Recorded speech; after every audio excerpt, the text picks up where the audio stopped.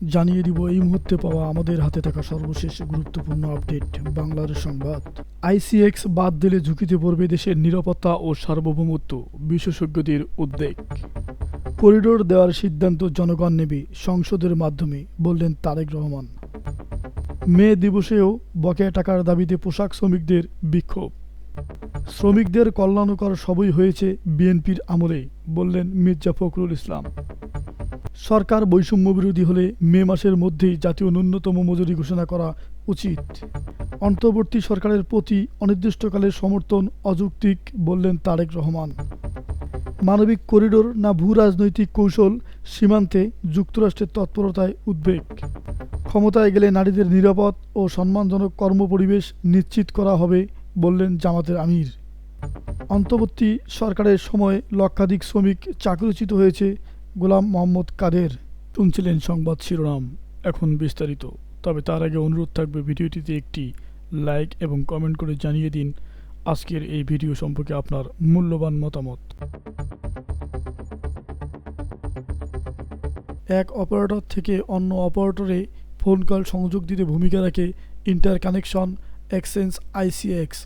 বাংলাদেশের সব অভ্যন্তরীণ ও আন্তর্জাতিক ভয়েস ট্রাফিকের আদান প্রদান 2007 সাল থেকে আইসিএক্সের মাধ্যমে হয়ে আসছে। আইসিএক্সের মূল কাজ হলো ইন্টারন্যাশনাল গেটওয়েগুলোর আইজিডব্লিউ মাধ্যমে বিদেশ থেকে যেসব কল আসে তা মোবাইল ও অন্যান্য টেলিফোন, এএনএস বা অ্যাক্সেস নেটওয়ার্ক সার্ভিস অপারেটরের কাছে পৌঁছে দেওয়া। আইসিএক্সের মাধ্যমে কল সরকারের নজরদারিতে থাকে। এর ফলে গ্রে ট্রাফিক বা অবৈধ কলের মাধ্যমে কর ফাঁকি রোধ সম্ভব হয়। তার চেয়ে বড় বিষয় হলো আইসিএক্সের ডিজিটাল নজরদারির মাধ্যমে রাষ্ট্রের নিরাপত্তা ও সার্বভৌমত্ব রক্ষা হয়। কিন্তু অন্তর্বর্তী সরকার দায়িত্ব নেওয়ার পর সম্প্রতি টেলিফোন খাতে নেটওয়ার্ক ও ব্যবসা পরিচালনার লাইসেন্স পুনর্বিন্যাসের জন্য বাংলাদেশ টেলিযোগাযোগ আইন সংশোধন যে খসড়া তৈরি করা হয়েছে তাতে আইসিএক্স বাদ দেওয়ার প্রস্তাব করেছে বাংলাদেশ টেলিযোগাযোগ নিয়ন্ত্রণ কমিশন বিটিআরসি। এর ফলে বাংলাদেশ ডিজিটাল নিরাপত্তা হুমকির মুখে পড়বে বলে সতর্ক করেছেন খাত সংশ্লিষ্ট উদ্যোক্তা ও বিশেষজ্ঞরা। মিয়ানমার সীমান্তে মানবিক করিডোর দেওয়া প্রসঙ্গে বিএনপির ভারপ্রাপ্ত চেয়ারম্যান তারেক রহমান বলেছেন, দেশের স্বাধীনতাপ্রিয় জনগণ মনে করে করিডোর দেওয়া না দেওয়ার বিষয়ে সিদ্ধান্ত আসতে হবে জনগণের কাছ থেকে। সিদ্ধান্ত আসতে হবে জনগণের প্রত্যক্ষ ভোটে নির্বাচিত জাতীয় সংসদের মাধ্যমে। এ ধরনের পরিস্থিতিতে গণতান্ত্রিক বিশ্বের দেশে এটাই নিয়ম, এটাই রীতি। আজ বৃহস্পতিবার রাজধানীর নয়াপল্টনে জাতীয়তাবাদী শ্রমিক দলের উদ্যোগে মহান মে দিবস উপলক্ষে এক শ্রমিক সমাবেশে তারেক রহমান এসব মন্তব্য করেন। বিএনপির ভারপ্রাপ্ত চেয়ারম্যান বলেন, আমাদের বক্তব্য স্পষ্ট, বিদেশিদের স্বার্থ রক্ষার স্বার্থে নয়, অন্তর্বর্তী সরকারকে সবার আগে দেশের জনগণের স্বার্থ নিশ্চিত করতে হবে।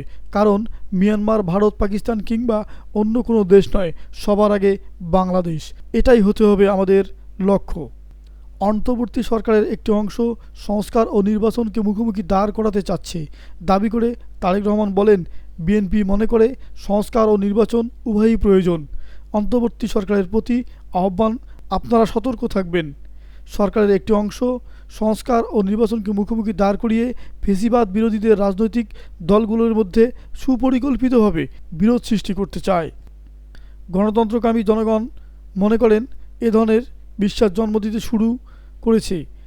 তাদের কাছে আমাদের আহ্বান, স্বল্প ও দীর্ঘমেয়াদী সংস্কার প্রস্তাবনা প্রণয়ন করুন। কোনো রাজনৈতিক দলের আপত্তি নেই। মহান মে দিবসে গাজীপুর কালিয়াখৈরে বকেয়া টাকা পরিশোধের দাবিতে বিক্ষোভ করেছেন পোশাক শ্রমিকরা। আজ বৃহস্পতিবার উপজেলার চন্দ্রা মাহমুদ জিন্স লিমিটেডের কয়েকশো শ্রমিক এ বিক্ষোভ করেন। এ সময় ঢাকা টাঙ্গাইল মহাসড়ক অবরোধের চেষ্টা করেন শ্রমিকেরা। খবর পেয়ে পুলিশ ও সেনাবাহিনীর সদস্যরা ঘটনাস্থলে গিয়ে শ্রমিকদের বুঝিয়ে সড়ক থেকে সরিয়ে নেন। জানা গেছে, গত বছরের শেষের দিকে নানা জটিলতায় কারখানাটি বন্ধ ঘোষণা করেন মালিকপক্ষ। দফায় দফায় শ্রমিকেরা বকেয়া বেতনের দাবি জানিয়ে আন্দোলন করেন। এক পর্যায়ে শ্রমিকদের সঙ্গে মালিকপক্ষের হাতাহাতির ঘটনাও ঘটে। শ্রমিকদের অভিযোগ, গত 9 নভেম্বর কারখানাটি বন্ধ ঘোষণা করা হয়। এরপর 28 ডিসেম্বর পাওনা পরিশোধের প্রতিশ্রুতি দেওয়া হলেও এখন পর্যন্ত তারা কোনো টাকা পাননি। কর্তৃপক্ষ বারবার তারিখ পিছিয়ে শ্রমিকদের সঙ্গে প্রতারণা করছে। আজকের মধ্যে দাবি পূরণ না হলে আগামীকাল শুক্রবার ঢাকা টাঙ্গাইল মহাসড়ক পুরোপুরি অবরোধ করা হবে। বিএনপির মহাসচিব মির্জা ফখরুল ইসলাম আলমগীর বলেছেন, শ্রমিকদের জন্য কল্যাণকর যত কাজ হয়েছে তার সবই হয়েছে বিএনপি ক্ষমতায় থাকাকালেই। আজ বৃহস্পতিবার বিকালে নয়াপল্টনে বিএনপির কেন্দ্রীয় কার্যালয়ের সামনে মে দিবস উপলক্ষে আয়োজিত শ্রমিক সমাবেশে তিনি এমন মন্তব্য করেন। মির্জা ফখরুল ইসলাম আলমগীর বলেছেন, বারবার সরকার এসেছে, কিন্তু শ্রমিকের জন্য যে কাজ দরকার ছিল তা হয়নি। শ্রমিকের অধিকার গুরুত্ব প্রথম জিয়াউর রহমান উপলব্ধি করেছিলেন। এ কারণে তিনি গার্মেন্টস কারখানা চালু করে নতুন সংযোগ তৈরি করেছিলেন, বিদেশে শ্রমিক রপ্তানির ব্যবস্থা করেছিলেন, রেমিটেন্স ব্যবস্থা করেছিলেন।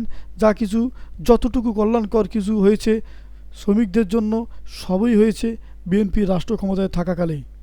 মির্জা ফখরুল ইসলাম বলেছেন, আমরা রাজনৈতিকভাবে অস্বাভাবিক সময় পার করছি। ফেসিবাদের পতন ঘটেছে, কিন্তু গণতন্ত্রের উত্তরণ হয়নি। জনগণের আকাঙ্ক্ষা সরকার এখনও প্রতিষ্ঠিত হয়নি। সমাবেশে বিএনপির ভারপ্রাপ্ত চেয়ারম্যান তারেক রহমান প্রধান অতিথি হিসেবে ভার্চুয়ালে বক্তব্য দেন।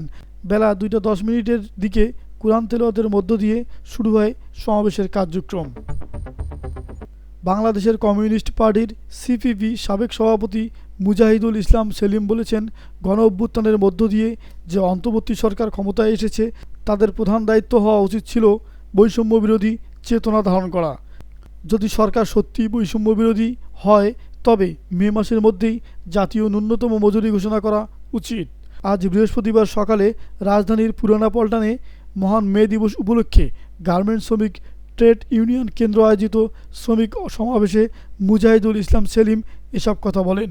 মুজাহিদুল ইসলাম সেলিম আরও বলেন, এই দেশে মানুষ রক্ত দিয়েছে, শহীদ হয়েছেন একটি বৈষম্যহীন সমাজ প্রতিষ্ঠার আশায়। শ্রমিক মেহনতি মানুষের দাবির প্রতি বর্তমান সরকারের বিশ্বস্ত থাকা উচিত। অন্তর্বর্তী সরকারের প্রতি অনির্দিষ্টকালের জন্য সমর্থন অব্যাহত রাখা যৌক্তিক নয় বলে মন্তব্য করেছেন বিএনপির ভারপ্রাপ্ত চেয়ারম্যান তারেক রহমান।